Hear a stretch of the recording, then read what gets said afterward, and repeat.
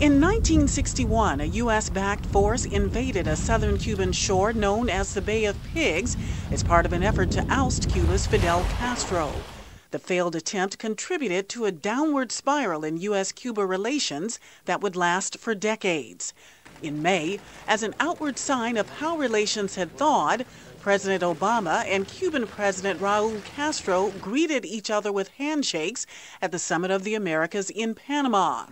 Earlier this month, President Obama said the move to reestablish ties was long overdue. When the United States shuttered our embassy in 1961, I don't think anyone expected that it would be more than half a century before it reopened.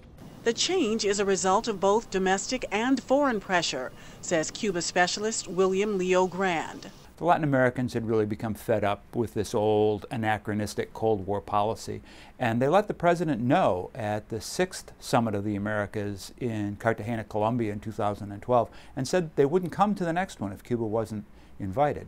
The Cuban interest section, the building behind me, becomes the Cuban embassy. For many Cubans, that transformation means hope.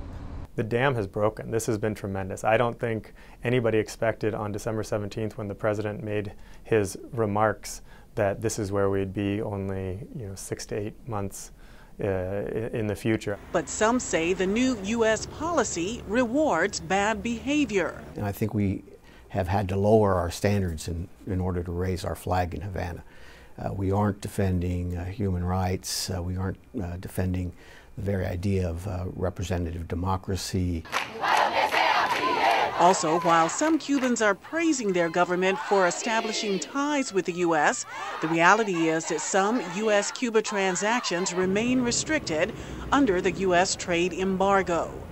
Pam Dockins, VOA News, the State Department.